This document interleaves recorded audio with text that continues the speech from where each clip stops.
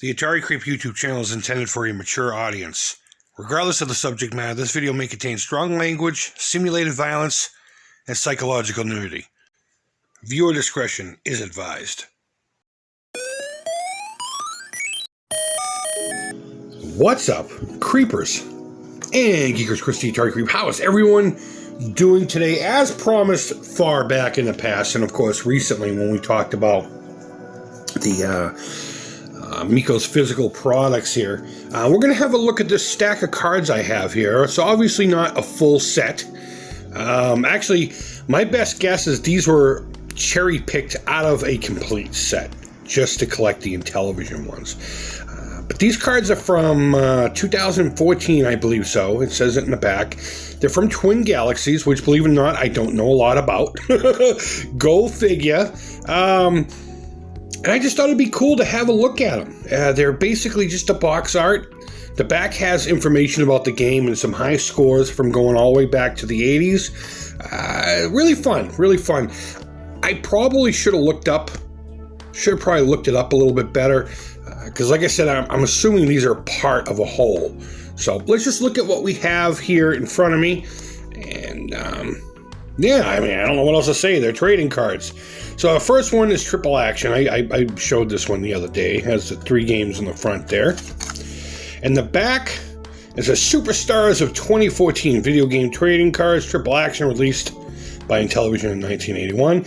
And then it goes on to give you all kinds of facts about the game. So what I'll do is I'll hold it there real quick. If you want to pause and read it, I'll try to do that with each one.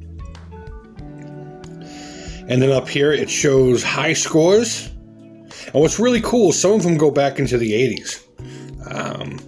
They hang on to scores like that from way back when. And there's just some more information as far as where it came from and all that, Twin Galaxies. So after this video, I may just look into it and see if there are any more. Maybe we'll do an Atari one, because I can only imagine they did this for a lot of systems. So pretty cool stuff either way.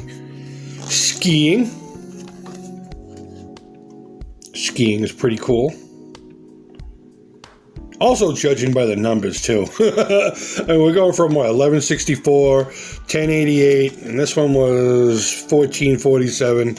So yeah, these had to have been part of a bigger whole. There you go. And I'll flip it over. There you go. You can pause that and try to read it if you'd like. And there we go. Some high scores. I like that they have the actual people's names too. How cool would that be to be on a trading card? For a skill like this. That'd be wonderful. Utopia. A huge hit for the Intellivision, which I have never played. I'm not really into God games. I don't know. Maybe my intellect just isn't right for it. My lack thereof, I should say.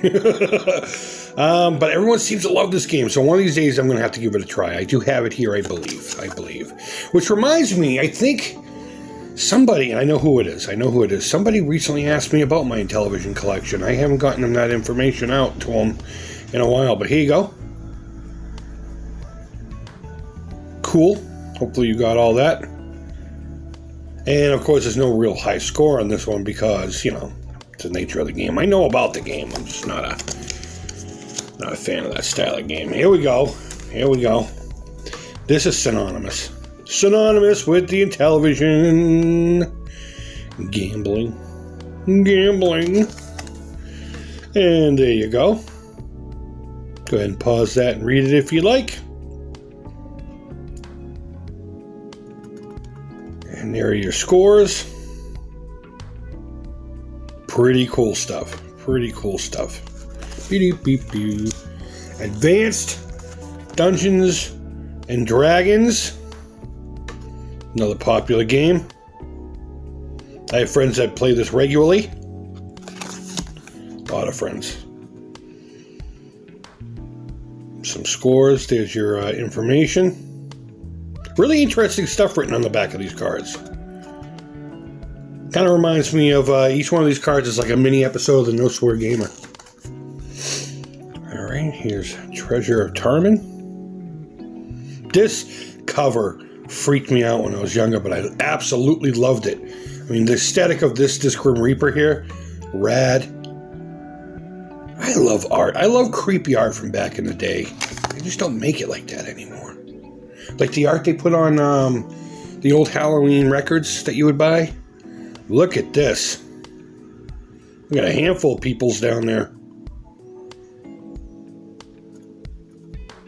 Rad. Snafu. Simple. Challenging. Fun game. It's a fun game. That's all I can say about this one. 1981. I thought that was an earlier title. I guess not. Because, correct me if I'm wrong, because I'm not an expert in Intellivision's history, but didn't the game actually come out in 78, but they didn't officially release it until 80 or something like that, or 79, the system anyway? Let me know down below. Deadly Discs. I actually prefer this on the Atari. And not because I think it's a better game, but because of the control scheme. I hate that you can't use the number pad and the disc at the same time. And I know you can buy custom controls to do that, and I would love to do that someday. Yeah, I don't know. Maybe when the Amico comes out, if this becomes a game, they can remedy that. They will remedy that. They better. Fuck it better. See, this one has one going back to 83, see? So some of these scores are as old school as the game themselves. Pretty cool stuff. This is a wicked fun game. I love the dynamics of it. Again, it's simple, challenging, and it's that cliche, easy to play, impossible to master, that kind of a thing. Shack, which I really need to get on. I've been playing it on and off here and there, but I want to start playing it a little bit more to get my skills up for when I get to play the new one. Look at that cover. Come on. How could that not entice you to jump aboard and start playing? Shack. Cool. Good stuff. Thunder Castle. Right up my alley. Another one on the list. Obviously, I don't have that one. It's a heavy hitter. But pretty good stuff. I've played it on the laptop here a few times. There's a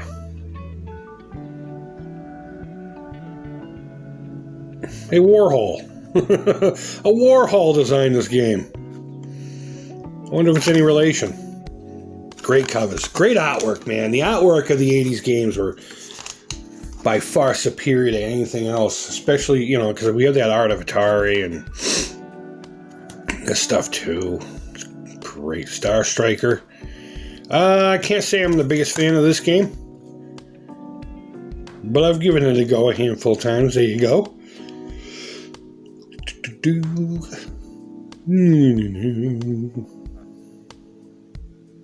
Awesome.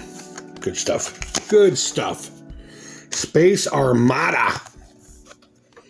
Look at that cover. You know what? And it's funny. I see, as a modeler, I see these colors and I want to make these things in physical form. And in some cases, I will. I have.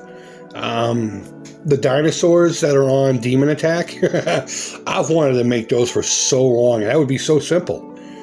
Rubber or plastic dinosaur and some fucking jet parts. Hit it with some all-clad chrome. Bob's your uncle. There you go. Knox. I grew up with a kid named Jimmy Knox. He has since passed on. But he was always a good kid. Auto racing. If I remember correctly, I think I don't know if my cartridge is fucked or what, but I remember live trying to play this game and it just wouldn't go. I got all the way through the menu stuff, and then when it came time to race, it just would not go to that next screen. It was fucking weird. I was really excited too. This is an impressive game from 1979. Okay, maybe it was 79 and then it wasn't official until 80, the console launch. Again, let me know down below. I know there's 100 people already typing that, so please keep me on the up and up as I explore Major League Baseball, a game I probably will never play, but I understand its significance. This logo right here was the first in video games. And of course, I'm sure it'll say that somewhere in here.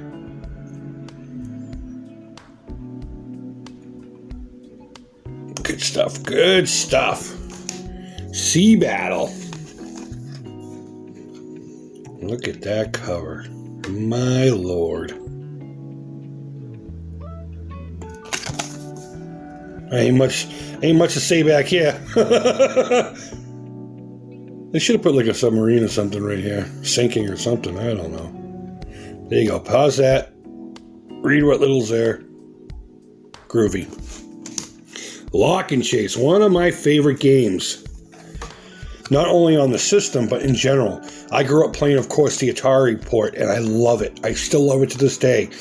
And I'll be honest with you, and I've said it in the past, the Atari port I find to be, because that's the only one I played growing up, to be the game, and then I take this as like its predecessor, almost like, because it's a different game. I mean, it's the same idea, but it's like enhanced. And I know it was because the machine had a little bit more, to work with. So I almost look like this as a sequel that improved upon the original. I know that's not the case, so don't start freaking the fuck out. I was gonna say, I think this is the first game based on an arcade for the console. So that's pretty rad. Or are they just saying just in general? Well, many of the Atari games were... Okay, yeah. Yeah, okay. Pretty good stuff. I love this game. This is such a fun game. Night Stalker. Again, a game I played more on the Atari. And I will have to say again, because of that control scheme, I prefer the Atari. I can't wait to play this on the new system as well. Look at this stuff, spider and dudes with guns, and maybe I need to replicate that gun somehow. And this robot, I've always wanted to make this robot. Maybe I will someday. Maybe I'll design a 3D print one and sell them as model kits. Maybe I will do that. Well, of course, we'll have to give one to the CEO of Intellivision Entertainment. Fantastic. Astro Smash, another game that I can't tell you if I like better the Atari or the Intellivision version. They both have their own charm. I grew up with the Astro Blast, though. That was one of my original games I had growing up. And I would play for hours and hours and hours. It was just one of those games that its definition, risk versus reward. In fact, I think this game introduced it the best. Risk versus reward. And there you go. There's a bunch of score stuff. Where did I... was I at 102,000? I don't know. I don't remember what my high score is. I should have submitted it. But my Intellivision version is pretty high up there. Burger Time! This game is phenomenal. I honestly believe that this port here is the GOAT. Yeah, it's okay to play on Atari, although underwhelming to look at. It's fine to play on the Nintendo Entertainment System. I don't think I've ever played the Coleco version. I see the words ColecoVision here. Over the ColecoVision and Nintendo versions. But regardless, this right here is the best version or port, however you want to verbalize it. If you've never played Intellivision Burger Time, I highly suggest you fucking get off your ass and get it done. Here's something I've said a bajillion times too. I actually, even though I was an Atari guy growing up, because that's how the chips fell, I associate this game more with the Intellivision. I played it first on the Intellivision, and that's just how my brain works. And we got some scores from 83 here. Pretty cool. Nice.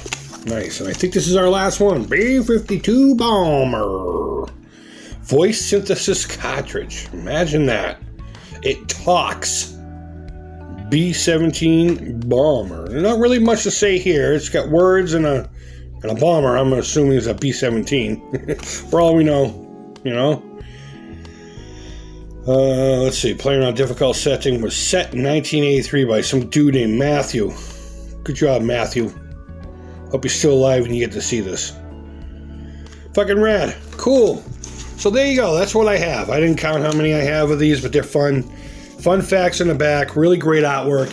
Why wouldn't you want something like this? And I think somebody's onto something with the idea of this. And I wasn't planning that. I've had these for a long time. So I don't know. Let me know what you think. Do you have any more of these? Do you have any more information? I'll get one of my hairs out of here. I've been growing my hair if you haven't noticed. Yeah, let me know your thoughts and feelings down in the comments. Thumbs up, thumbs down, all feedback to the Creep is positive. Thank you always so much for watching. I really do appreciate it.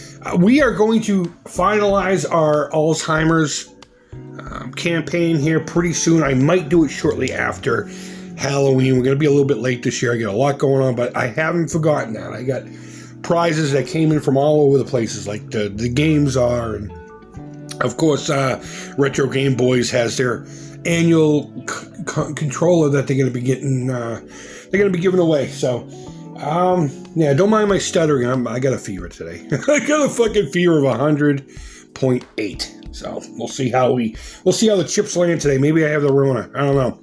But either way, thank you so much for watching. I do appreciate it. And I hope you're doing well. Until next time, take care.